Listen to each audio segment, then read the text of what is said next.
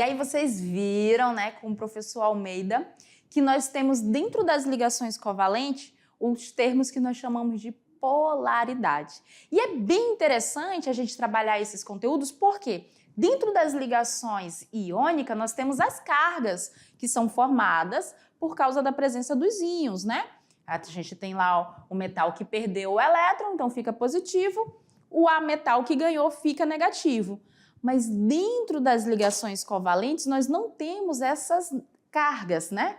Mas nós temos as cargas parciais que podem ser observadas porque aqueles elementos que estão participando da ligação covalente, quando eles têm uma eletronegatividade diferente, a gente vai ter um com caráter negativo e o outro com caráter positivo.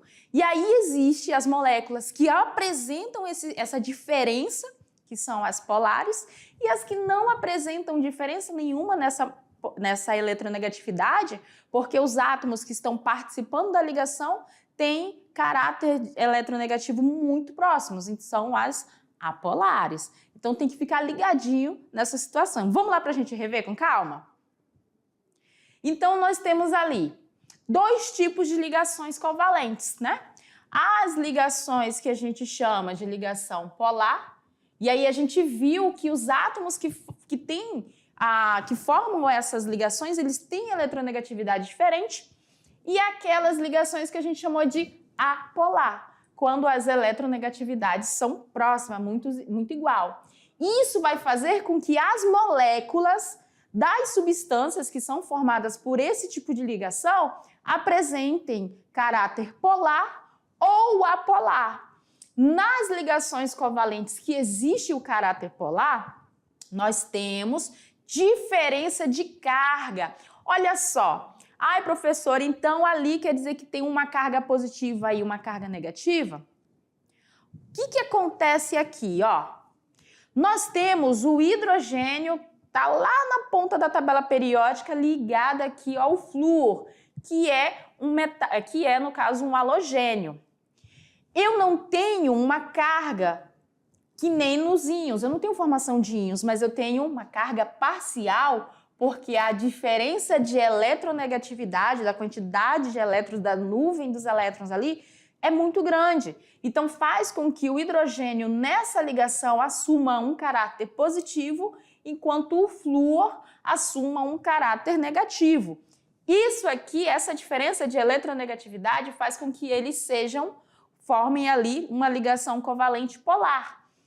Quando a gente tem que a eletronegatividade dos átomos que estão formando ali a nossa ligação covalente são iguais, elas se anulam, então a gente não tem caráter parcial, nem positivo nem negativo. E isso ocorre, e aí a gente chama essa ligação covalente entre esses átomos de eletronegatividade igual de ligação apolar.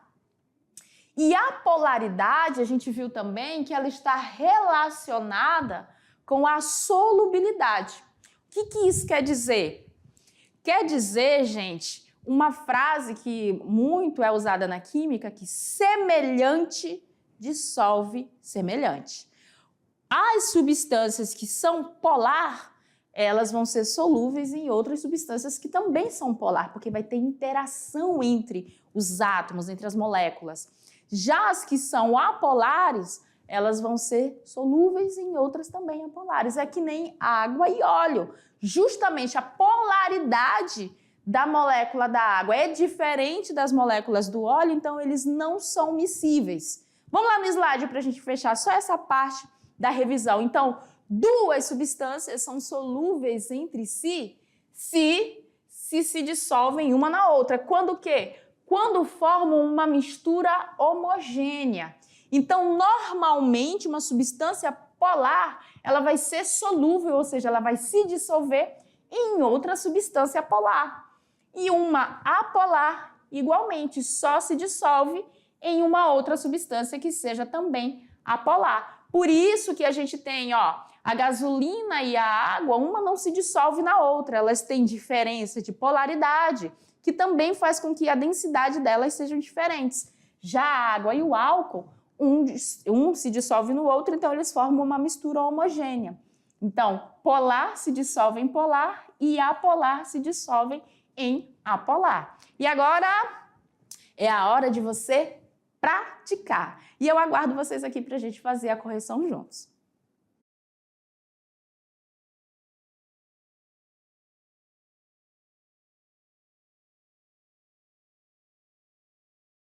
Observaram que nós estamos em aulas que estão abordando conceitos. Nós não estamos fazendo cálculos, nós estamos trabalhando ali os conceitos de polaridade, a gente trabalhou os conceitos das ligações, e é essa observação que vocês têm que ter. Ler o enunciado com calma, observar qual é o conceito que está sendo abordado ali e tentar marcar a alternativa correta mediante os seus conhecimentos sobre o tal. Vamos lá para a nossa questão de número 1 para a gente discutir por que tal alternativa é a correta. Primeiro ponto, ele pede para a gente observar as moléculas a seguir. E aí ele vem NH3, CHCl3, SO3.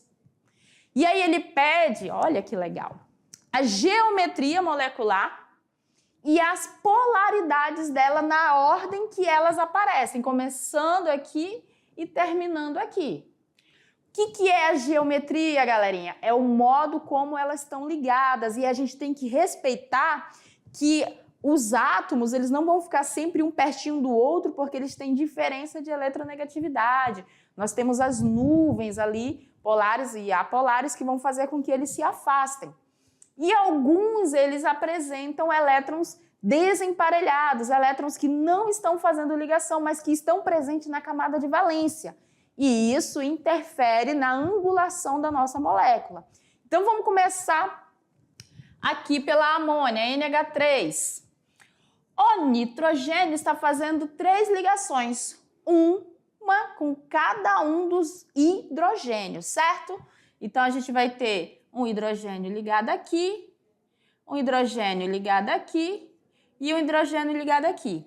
Aí, você vai observar a estrutura e dizer se ela é tetraédrica, piramidal, trigonal, linear e marcar ali se é polar ou apolar. Primeiro ponto, o nitrogênio apresenta na camada de valência 5 elétrons. Se ele está fazendo 3 ligações, ele ainda tem 2 elétrons aqui, ó. E esses 2 elétrons, eles vão interferir na angulação dessa molécula. Por isso que aqui ele vai formar uma estrutura piramidal. E aí nós temos 2 alternativas que começam com piramidal. Temos a letra B e a letra E. Qual é a diferença de uma para outra? Que numa ela fala que ele é polar e na outra que ele é apolar. Como que você vai saber se é polar ou apolar? Pela diferença de eletronegatividade. O nitrogênio é bem mais eletronegativo que o hidrogênio. Então, essa molécula vai ter caráter polar. Então, a letra B, de cara, ela já é a alternativa correta para a nossa questão. Mas a gente vai continuar para observar as outras. Aqui, ó, CHCl3.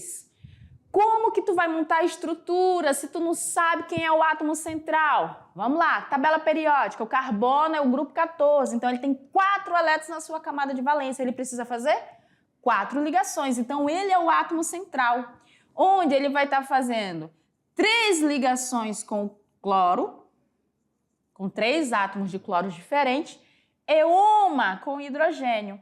Essa estrutura aqui, que na geometria a gente faz um pouco diferente, ela é o que nós chamamos de estrutura tetraédrica. Então, o nosso carbono ele é tetraédrico, está aqui, polar.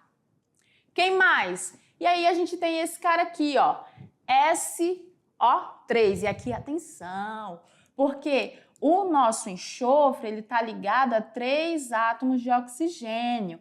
Porém, aqui nós temos uma ligação dupla, então ele vai ser um trigonal plano apolar, porque eles são da mesma família e aí a eletronegatividade deles é semelhante. Então, a letra B é a nossa alternativa correta. Então, a gente tem aqui, ó, a geometria de cada uma dessas moléculas, né, ó, piramidal, polar, aqui tetraédrico, polar, e aqui trigonal plana, apolar, porque a eletronegatividade deles é muito próxima. Tranquilo? Na questão de número 2, essa questão eu até entendo se rolou uma dúvida, não tem problema, porque são termos novos, mas vamos prestar atenção que ela é um assunto interessante lá da biologia, né, da estrutura das células, que a gente está usando aqui para a gente entender um pouco essa questão de polaridade. Quando colocamos em água, os fosfolipídios tendem a formar lipossomos. Então aqui os fosfolipídios, quando eles estão colocados em águas, eles formam lipossomos, que são estruturas formadas por uma bicamada lipídica, conforme mostrado na figura. Então eu tenho um lipídio aqui, outra camada aqui, tá vendo? É uma bicamada. Quando rompida, essa estrutura tende a se reorganizar em um novo lipossomo. Então, se você rompe aqui, ela vai formar de novo essa mesma estrutura. Esse arranjo característico se deve ao fato dos fosfolipídios, professora, apresentarem uma natureza, 2 pontos. Vamos lá. Primeiro ponto, que é uma questão de analisar a estrutura. A gente observa que as partes assim, vamos dizer, as cabeças dos fosfolipídios, elas são as estruturas que ficam para fora na parte externa e ficam aqui, ó, na parte interna. E a gente observa que aqui é um meio aquoso e aqui dentro também um meio aquoso, certo? Então, eles vão apresentar esse arranjo uma característica anfifílica. Por quê? Porque nós vamos ter uma parte da estrutura dos lipídios sendo hidrofílica e outra hidrofóbica. Qual a diferença de hidrofílica para hidrofóbica? O fóbica, ali você liga a fobia, aversão. Então, a parte hidrofóbica, ela não gosta de água, ela tem fobia. A parte hidrofílica, ela tem aceitação. Então, ele tem um caráter, os fosfolipídios, onde uma parte da estrutura deles não gosta de água, ou seja, uma parte da estrutura é apolar e a outra é polar. Consegue ter relação ali, consegue ter um vínculo, consegue interagir com as moléculas de água. Então, quando nós temos ali uma substância que apresenta os 2 caráteres, ela é chamada de anfifílica. Por isso que a letra E é a nossa alternativa correta. Vamos olhar de novo a estrutura lá no slide para você observar? Se você olhar com calma, você vai ver que essa parte aqui, ó, dos fosfolipídios, ela é a parte onde ele vai formar ali uma camada protetora que não vai permitir que qualquer material entre. Olha só aqui, ó. Como a membrana plasmática é composta por uma bicamada fosfolipídio, a porção fosfato desse fosfolipídio, ela é uma porção polar, a porção fosfato, ou seja, essa parte aqui da nossa estrutura, ela é polar. Já quando a gente vai para as caudas, para as perninhas, a gente vai para a parte que é apolar, que é a parte hidrofóbica. E a gente consegue observar por quê? Porque ela é formada por ácidos graxos. Ácidos graxos é como se fossem gorduras lá dos nossos lipídios. E aí a gente tem essa questão deles ter hidrofobia, né? Não vão ter interação direta com a água. Já essa parte aqui do fosfato, como ela é uma parte polar, ela consegue ali ter essa relação com a água. Tranquilo? Por isso que a letra E é a alternativa correta. Questão de número 3, se liga no Enem. Ao entrar no ônibus para chegar à escola, um estudante sujou de graxa seu uniforme ao encostar-se na porta que tinha sido recém-lubrificada. Na aula de Química, procurou saber como limpar aquela mancha. O professor respondeu com a seguinte informação: a graxa lubrificante é uma mistura de hidrocarbonetos alifáticos, cuja solubilidade diminui com o aumento da polaridade do solvente. Ou seja, ele já ia usar solvente para tentar retirar a mancha de graxa.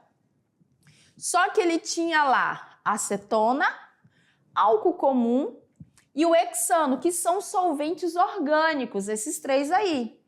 E aí ele observou que a solubilidade dessa graxa lubrificante, ela cresceu na ordem, Aí ele quer que você diga, à medida que ele foi utilizando o álcool, a acetona e o hexano, qual foi a ordem crescente de solubilidade da graxa, ou seja, qual foi as substâncias mais polares, né? Partindo da menos polar para mais polar. E aí, qual é a resposta que você marcou? Foi a acetona menos polar, o hexano mais ou menos e o álcool mais polar? Foi o hexano, o álcool e a acetona?